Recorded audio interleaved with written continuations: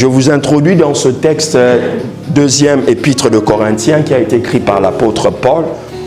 Et comme j'aime le dire, c'est un personnage, c'est un homme extraordinaire, parce qu'il a écrit pratiquement à lui seul le 3/4 du Nouveau Testament. Et s'il faut considérer ses écrits, lorsque Pierre parle de l'apôtre Paul, il dit que les écrits de l'apôtre Paul sont tellement complexes des fois, lorsqu'on n'est pas sage, on n'est pas éclairé, on peut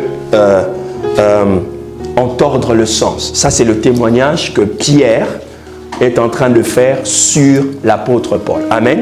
Amen. Alors, dans ce chapitre, je lis pour vous. Nous vous faisons connaître, frères, la grâce de Dieu qui s'est manifestée dans les églises de la Macédoine, à travers la grande épreuve de leur affliction. Leur joie débordante et leur pauvreté profonde ont produit avec abondance des riches libéralités. Ils ont, je l'atteste, donné volontairement selon leurs moyens et même au-delà de leurs moyens. Nous demandons avec les grandes instances la grâce de prendre part à l'assistance destinée aux saints.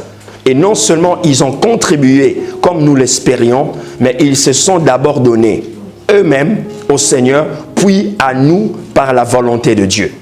Voilà. Amen. Amen. J'aimerais dire une chose importante.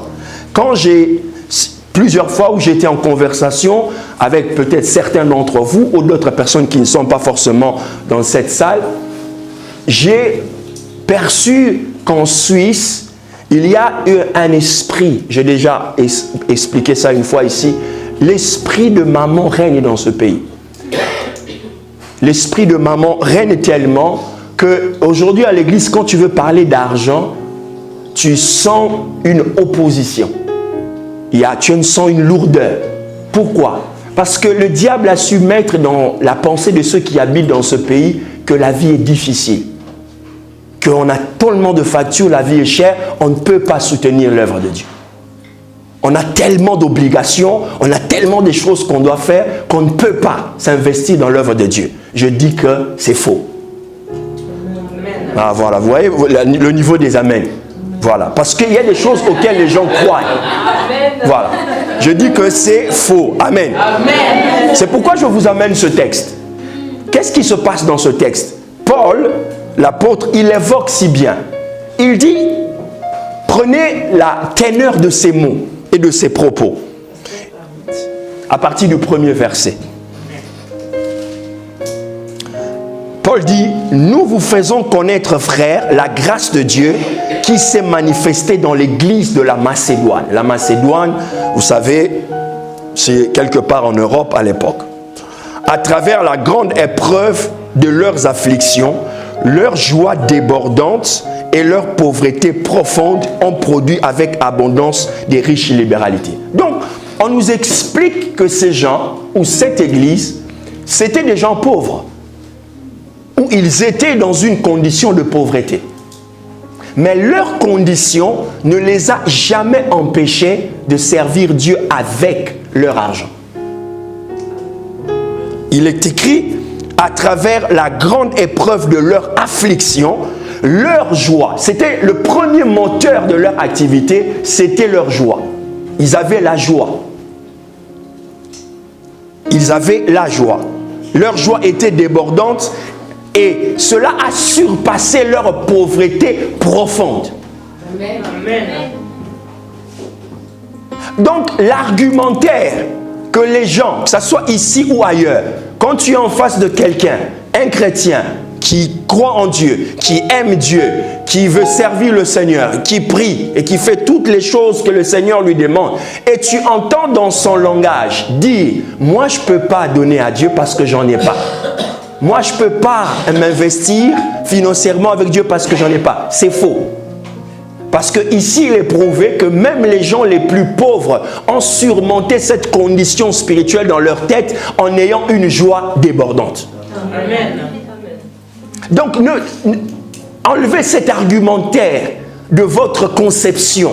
Il ne s'agit pas d'abord de l'argent, il s'agit d'abord d'un état d'esprit. Ces gens avaient un état d'esprit. Ils étaient engagés dans la joie parce qu'ils voulaient voir l'œuvre de Dieu avancer. Amen.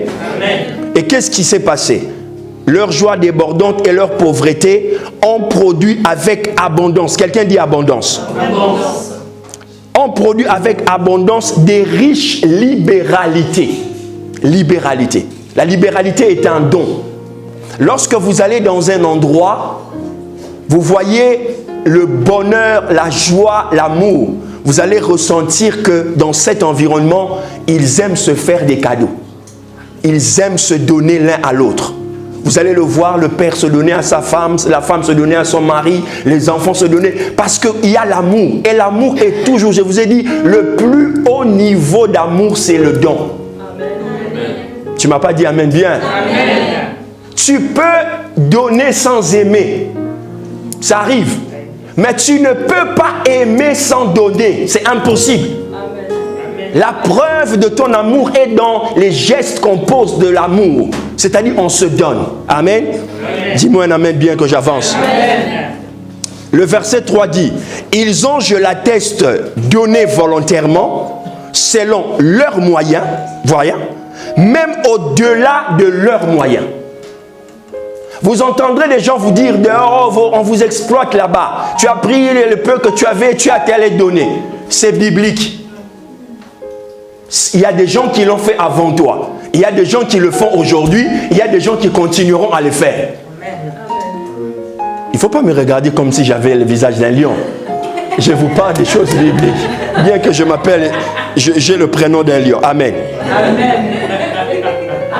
Ils ont, je l'atteste, donné volontairement, selon leurs moyens, et même au-delà de leurs moyens. Au-delà de leurs moyens. C'est-à-dire, il y a des gens qui se sont privés pour faire certaines choses. Nous demandons avec des grandes insistances la grâce de prendre part à l'assistance destinée aux saints. Verset 5.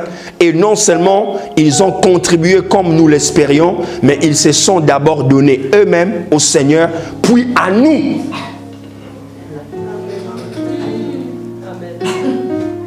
Je veux vraiment entendre un amen.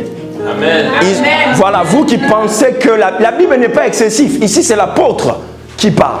Ils se sont pas seulement donnés au Seigneur. Ils se sont donnés à qui? À qui? L'apôtre parle de lui. Ils se sont donnés à qui? Voilà. Donc ça, c'est des vérités qui font fonctionner une église.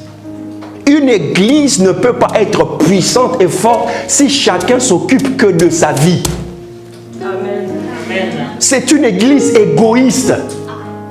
Où lorsque le culte est fini, chacun rentre chez soi. On ne sait pas quelle est la vie du pasteur. On ne sait pas si les factures ont été payées. On ne sait pas si la salle a été payée. On ne sait pas comment il fait le gars, comment il fait fonctionner sa famille. Les gens, ils viennent, ils sont bénis, ils voient la main de Dieu et tout le monde rentre chez soi. Une église ne peut pas fonctionner comme ça.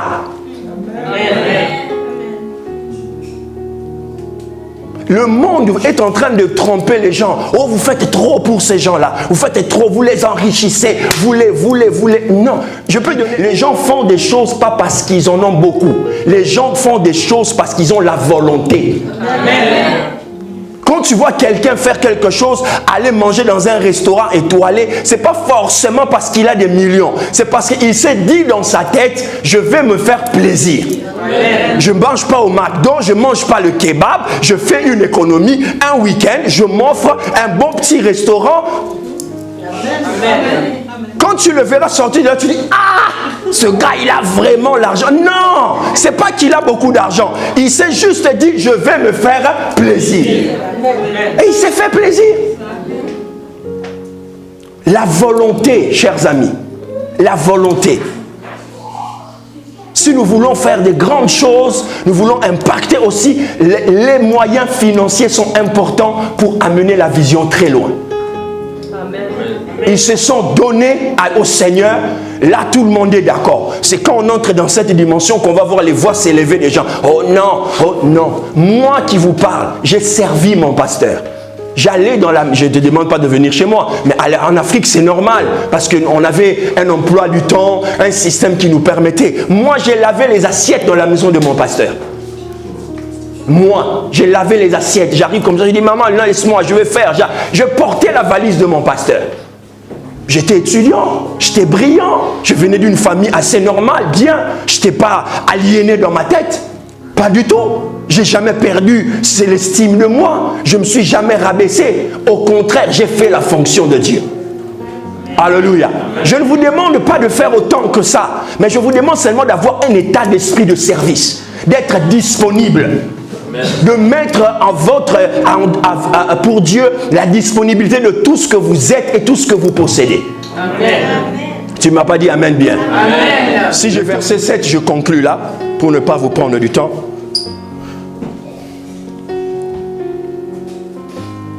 Vous allez voir dans les églises francophones, surtout africaines, quand on parle d'argent, les gens ont tendance à avoir la tête baissée. C'est toujours un moment... Oh. Amen. C'est toujours un moment compliqué, difficile. Surtout avec tout ce qui se passe dans les réseaux sociaux. Aujourd'hui, être pasteur, c'est difficile. Hein? On nous taxe de tout. Mais on n'arrêtera pas, on continuera à prêcher.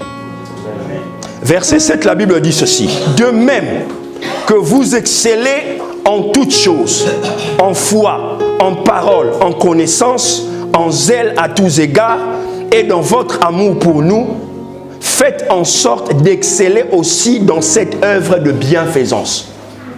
Vous voyez que la Bible nous recommande d'exceller. Vous allez voir qu'il y a des gens qui excellent dans beaucoup de choses. Excellez aussi dans l'œuvre de bienfaisance. Le soutien matériel que vous pouvez, matériel ou financier, pour que l'évangile, l'œuvre de Dieu aille de l'avant. Amen. Amen. Excellez. Ça veut dire faites ça au mieux. Ne faites ça pas comme des accessoires. Donner à Dieu n'est pas un accessoire. Offrir à Dieu n'est pas un accessoire. Ça doit être une priorité dans ma vie. Je dois exceller dans ce domaine-là. Alléluia. Amen. Donc quand je donne à Dieu, quel que soit ce que je donne à Dieu, c'est-à-dire tout ce que je donne à Dieu doit avoir une nature d'excellence. Quand je veux prier, je dois choisir le meilleur moment pour prier. Quand je veux chanter, je dois m'y mettre pour chanter. Quand je veux méditer ma parole, je dois trouver le meilleur moment pour méditer la parole. C'est ça l'excellence. L'excellence, ce n'est pas forcément des grandes choses. Non, c'est de faire attention aux petits détails et de donner le meilleur de soi. Amen. Regarde ce que tu offres dans tous les sens du terme à Dieu.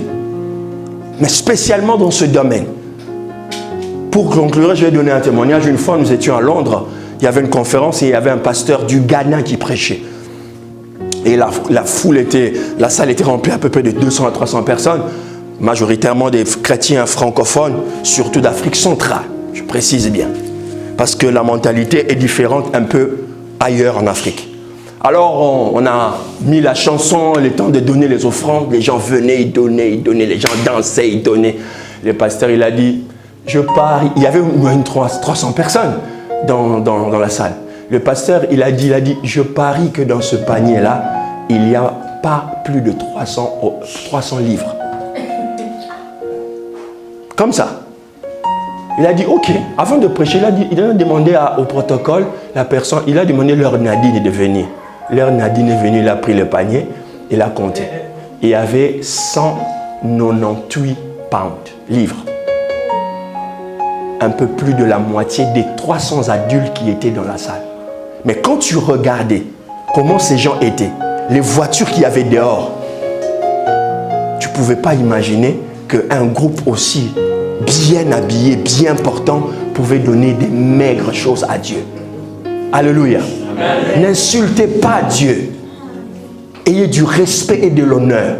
Offrez à Dieu ce qu'il y a de meilleur pour vous. Amen. Amen. Amen. Amen.